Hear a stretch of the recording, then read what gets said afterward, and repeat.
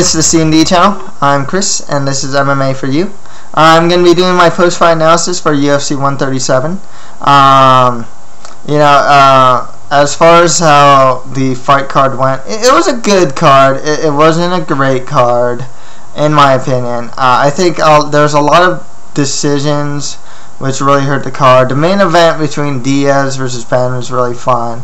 There's other fights though, like Congo, Mitrione, that are a bit lackluster. But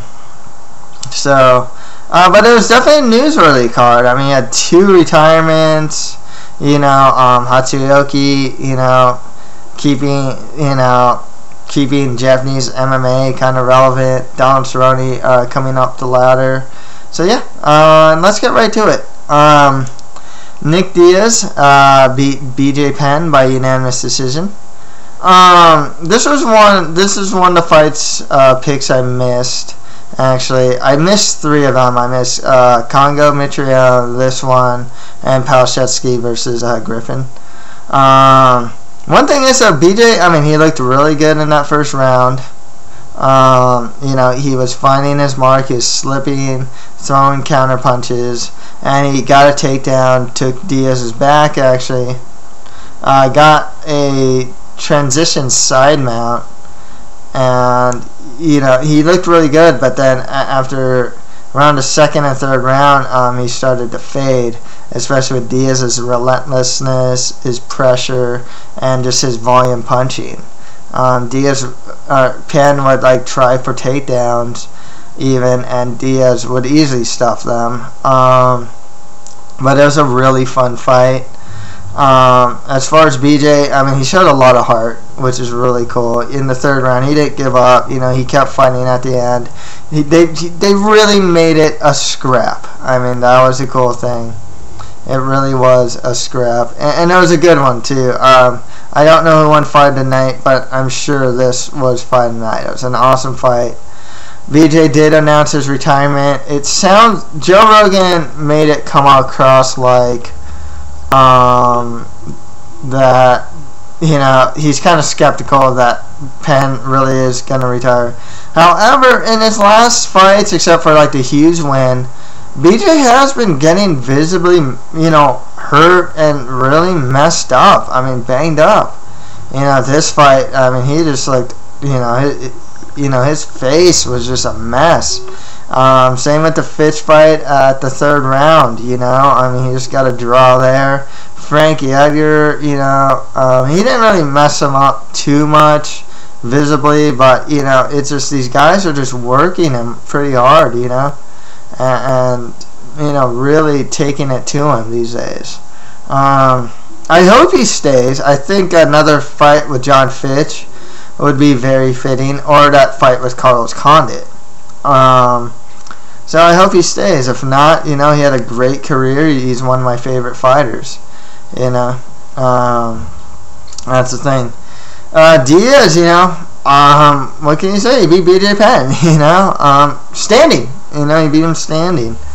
I think he's placed in the top 10. A lot of guys who come from outside the UFC that fight in the UFC and fight a top guy, it's always the skepticism, of oh, can he really handle top? And he beat a top guy, or a very skilled guy. It's very questionable whether Penn is really a top 10 welterweight, because his only win really is when he moved back to welterweight is Matt Hughes. He had a draw with John Fitch, which is pretty incredible in its own right. One thing with Diaz that's really interesting is that there's always this hole in his stand-up. Everyone can counterpunch him and connect. The only problem is it doesn't really do anything. It's oh man, he has so many holes in his stand-up. Sure, but not as far as taking him down, but as far as just striking with him. And people take advantage of that. They counterpunch him, they hit him clean. But the fact of the matter is, he just keeps pushing forward. He has such a good chin that it doesn't matter. He's been winning against top strikers like eventually Cyborg, Zaromskis, but more, some of the more top strikers like Paul Daly and now BJ Penn. GSP is a really good striker. Thiago Alves is also one of the top strikers in the welterweight division. But as of right now, it really looks like that Nick Diaz is the top striker of the welterweight division. That's the thing. Just his style of fighting makes it so hard for even the top strikers to beat, to even drop him. And I'm going to say this right now. After this fight, I do want to see Nick Diaz versus GSP more so than GSP Condit. I honestly think the UFC should really consider doing Diaz versus GSP. I really do. I think, and here's my reasons why. I just think it's more of a money fight, to be honest. I mean, you hear Nick Diaz calling him out, calling him an MFer, and just,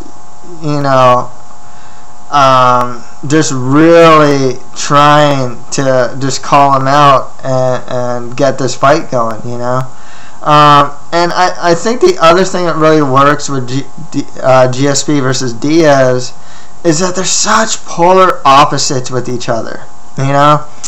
GSP is like a media darling, he's good with the media, he's such a clean-cut guy. Nick Diaz hates the media, or being like behind the camera, being interviewed and whatnot. He's kind of socially awkward. Professionalism. It's like GSP will go to the press conference, he dresses nice, he's the perennial professional. Nick Diaz misses 2 press conferences. He's almost missed a telephone conference as well. And you know what? It's kind of funny because I think because they're such opposites that it kind of riles up GSP in a way that no other fighter has. Just because he's so, they're just so, he's the perfect foil for GSP. Diaz is just such a good foil for him.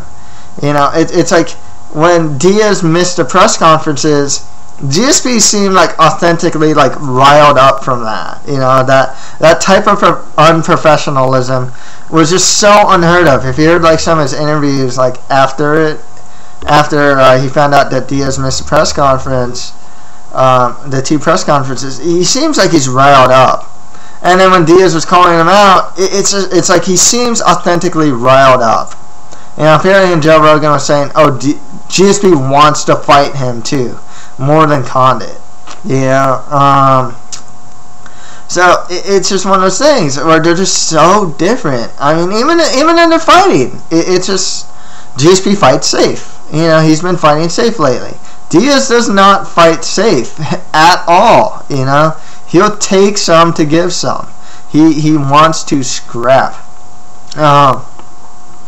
And that's the thing. I really want to see Diaz versus GSP. It makes a lot of sense too because he just beat BJ Penn. He's coming off a really good victory here. Clear-cut decision. Really beat him up.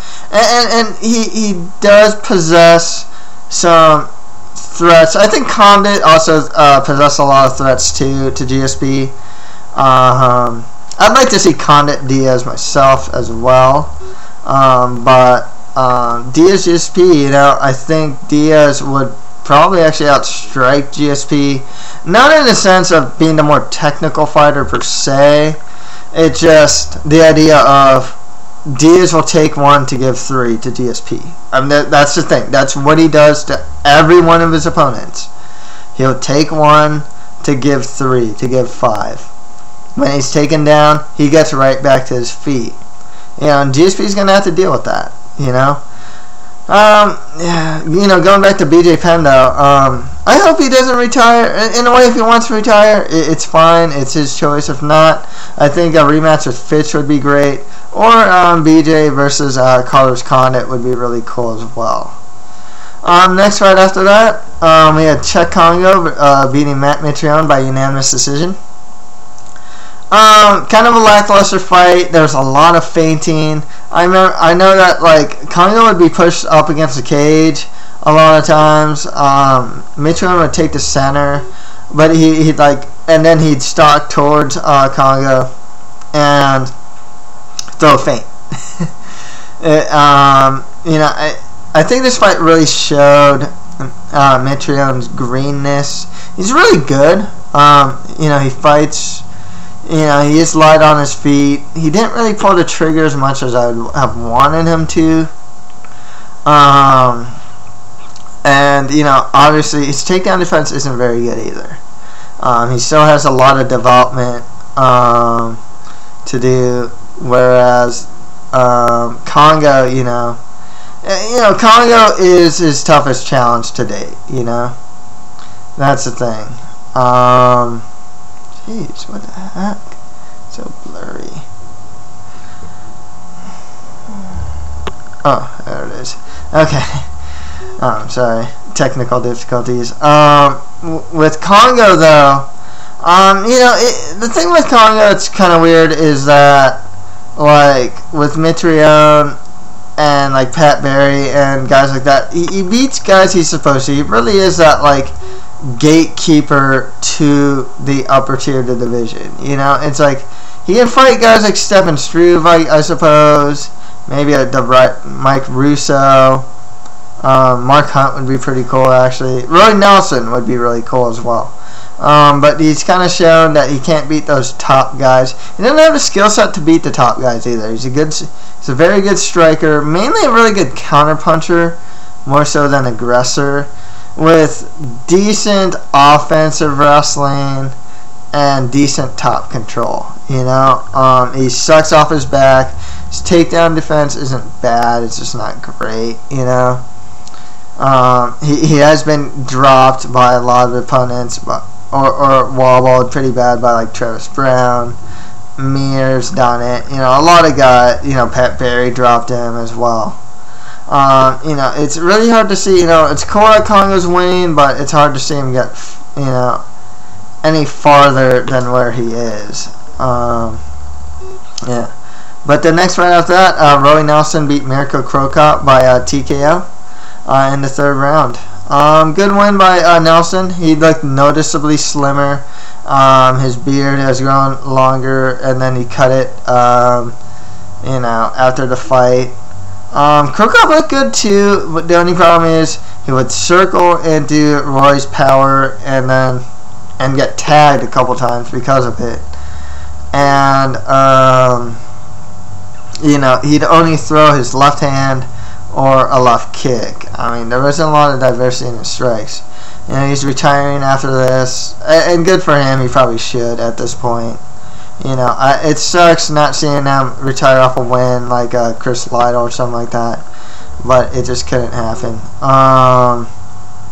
The thing is, too, he looked good. There's one part in the fight where he got him against a cage, throwing uppercuts and like hooks. He threw some body shots on Nelson as well. He had a really good flurry on him that Nelson managed to survive. Good chin on Nelson as well. Nelson, I'm glad he used his wrestling in this fight too, and showed off some of his jiu-jitsu skills. He even got dominant positions on Mirko at times. So yeah, it's a good one for him. He's coming off a 2-fight losing streak to like Junior Dos Santos and Frank Mir. It's kind of like where Chet Congo is though, where I don't know if he can really beat the top guys at this point. But we'll see. There are interesting fights for him, and it's good. He seems to be taking it seriously, especially since he lost a lot of weight. It's really noticeable, so it's really good. It's a good win for him. Sucks to see CroCop, retire off a loss. It's nice to not see him get finished in a too devastating way, like a clean KO. But I would have liked to see him retire off a win, but I guess it's just not meant to be. Okay, next fight after that, we have Scott Jorgensen beating Jeff Curran by unanimous decision. You know, a lot of wrestling in this fight. The stand-up was, you know, Jeff Curran was actually throwing a really good jab at Jorgensen. A lot of it was Jorgensen, you know, getting the takedown and keeping top control. Curran was really strong off his back, but, you know, against a wrestler and a guy with really good jiu-jitsu himself and Jorgensen, you know, it's really tough to really be that effective from your back. Even someone as good as Jeff Curran, who is great off his back. It's one of those things where, you know, it kind of goes to the point of when in MMA these days, you really, if you're going to be on the bottom, you really gotta just get back to your feet these days. It's so hard at the highest levels to get an arm bar from the bottom, or get, you know, the triangle choke is there, the sweep is sometimes there as well, but for the most part, scramble back to your feet, you know, get the dogfight position or something, and create scrambles or something. It just, you know, in MMA these days, you just can't be on the bottom anymore. It is what it is. It kind of sucks. I think Curran was a little more active off his back. Jorgensen was throwing enough ground and pound to make him, you know, to really decide. But he was on top a lot of times against Curran. Good one for him. He keeps his top status. This fight kind of shows me that he doesn't really have much like Dominic Cruz.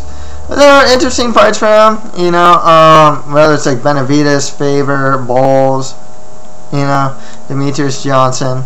So there's still a lot of good fights for Scotty Jorgensen, you know. Jeff Curran, I hope he stays in the UFC. He's a veteran, you know. He's been fighting forever. He has a really good camp too, or team that he made, Team Jeff Curran, you know. So, and I hope he stays. Okay, next fight after that, Hatsuyoki beat George Roop by unanimous decision. Roop was getting the better of the stand-up here, easily. Roop, he does have a problem of sticking his neck up a lot of times, and Hioki did manage to capitalize on that a little. What really showed was Hioki's takedowns. He had some really good takedowns from the clinch, especially trip takedowns, and his positional control. He didn't throw much ground and pound from top. It seems like with him, you know, he didn't throw a lot of knees from the clinch, even though I think he should have. He didn't throw a lot of elbows when he was on top. It's almost like he's getting accumulated to the new rules of the U.S. or something. You know, like elbows from the top. And he could have thrown a lot of those when he was in like side mount. He had full mount, but he'd like kind of hold position a lot of times. He wouldn't go for a lot of submissions. You know, solid win for him. He gets to keep his top spot in like the top 5 of the rankings because of this. Yeah, it's a really it could have gone George Roop's way, to be perfectly honest. It was a really close decision. It doesn't give me a lot of faith that Hioki can beat like Jose Aldo, or maybe even some other guys in the division. I don't think he can beat like Chad Mendez, to be perfectly honest with you. So we'll see what happens with him. I don't know if he'll get like, I know Mendez is gonna fight Aldo, so maybe Hioki. I don't think they'll make him wait. I think they'll give him another fight, like the winner of like Chang Sun Jung versus like Hominick or something like that would be pretty cool. Or you know, if you want to give him, I don't know, you can't really go down. You kind of have to make a move kind of laterally or up. Like I can't really say give him Bart Palashetsky. I don't think that's where he should be fighting. I think he should fight someone a little higher than that.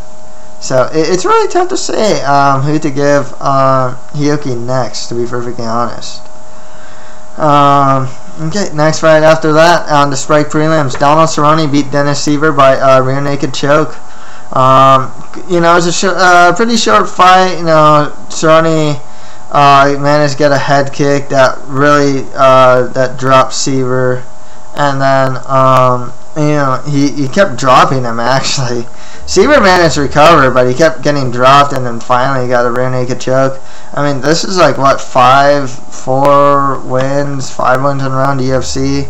A lot of finishes too. You know, he just finished Charles Oliveira by TKO. Now he finished Dennis Seaver by rear naked choke.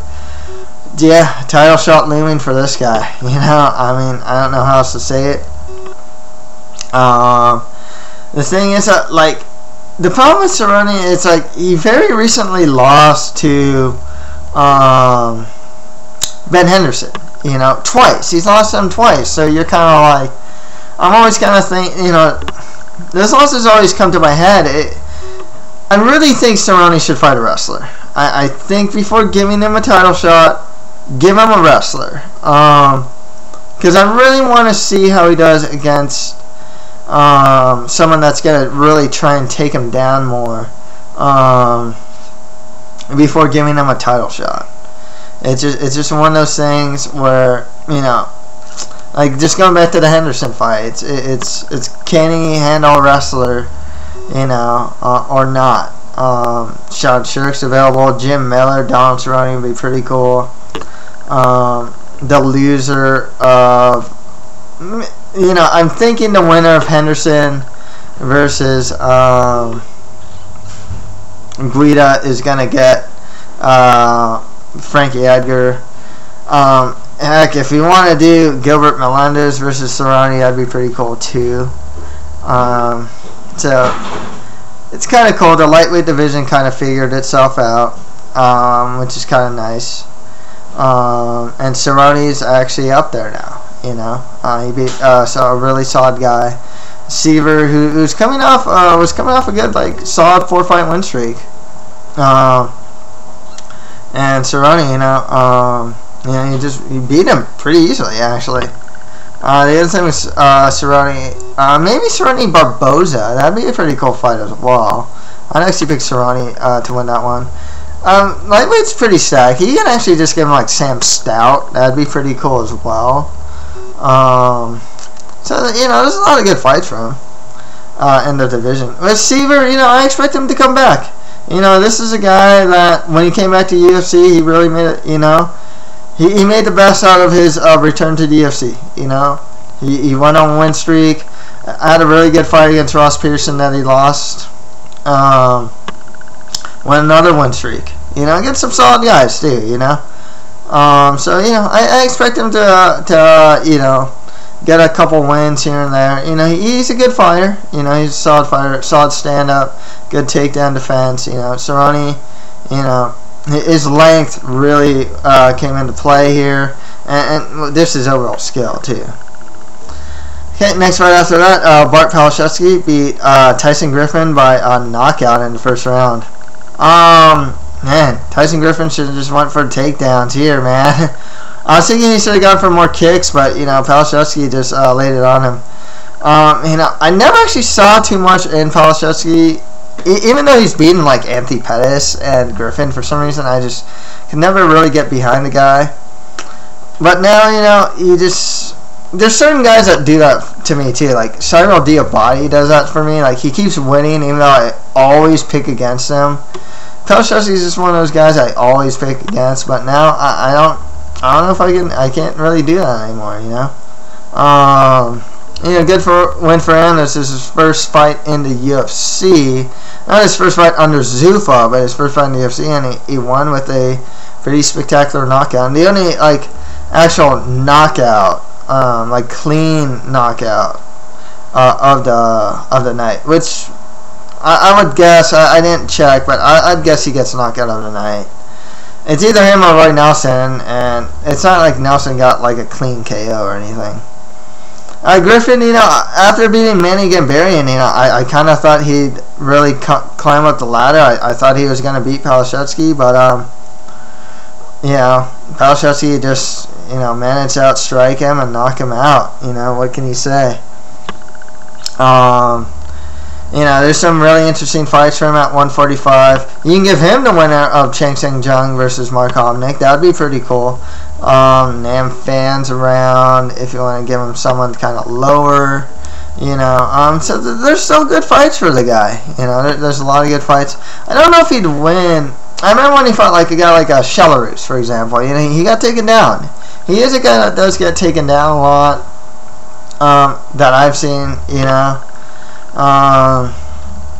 So you always gotta wonder how he does against like someone that's gonna primarily try to take him down, and see how he does against that. With Tyson Griffin, you know, he didn't make weight. He's you know, he lost at 145. He's stuck in mid-tier purgatory pretty much in whatever weight division he chooses to stay at. He should probably stay at 145 despite not making weight. But you know, it kind of sucks because you know he is a top 10 lightweight, and now you know he's now just like a mid-tier featherweight. You know, it goes to show even if you cut weight, you know, it doesn't mean that you'll do great at the other weight class. You know. Okay, on to the Facebook fights. Brandon Vera beat Elliot Marshall by unanimous decision. Where did this guy go, man? He looked alright in the first round. Again in the second round. Almost lost in the third round. Got dropped. You know, got his back taken. Oh, man. Brandon Vera is just not there anymore, man. He just comes across like any other fighter now, man. He's just not... doesn't look that good anymore. You know, I don't know what it is. It's just something mentally gone with this guy. Elliot Marshall, I kind of expect him to be cut from the UFC. I always found him to be a lower tier UFC fighter. You know, I think he's lost two in a row now. He lost to Luis Cade. Now Brandon Vera. Brandon Vera gets to stay. I don't know who he's going to fight next. Some lower tier, you know, maybe fight like the winner of like Bonner versus Kingsbury, or like, you know, jeez, who was it? James Tahuna. He's just coming off a win, something like that. Give him someone lower. Don't give him someone high. This guy needs to build his confidence or something. There are times when his striking looks really good, but there's times when he just looks really bad as well. Like I don't. I'm so surprised he got dropped by Elliot Marshall. You know, I mean. Yeah, I'm not trying to be mean to Marshall. It's just, you know, he's, you know, it's not like he's this great striker or anything. Next right after that, Ramsey Nejim beat Danny Downs by unanimous decision. Man, Nejim just beat him, bullied the guy, man. This is where MMA becomes very intricate, though. Where, you know, the littlest thing will be the difference between winning the fight and not winning the fight, and that was the difference from this grip, which was he was doing. He had his hand on top of his head instead of behind his head, and the other thing is he could have worked a gable grip as well.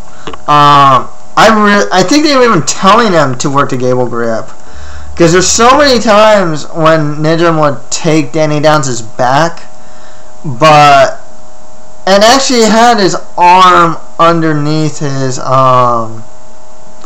he'd have it underneath his chin, but,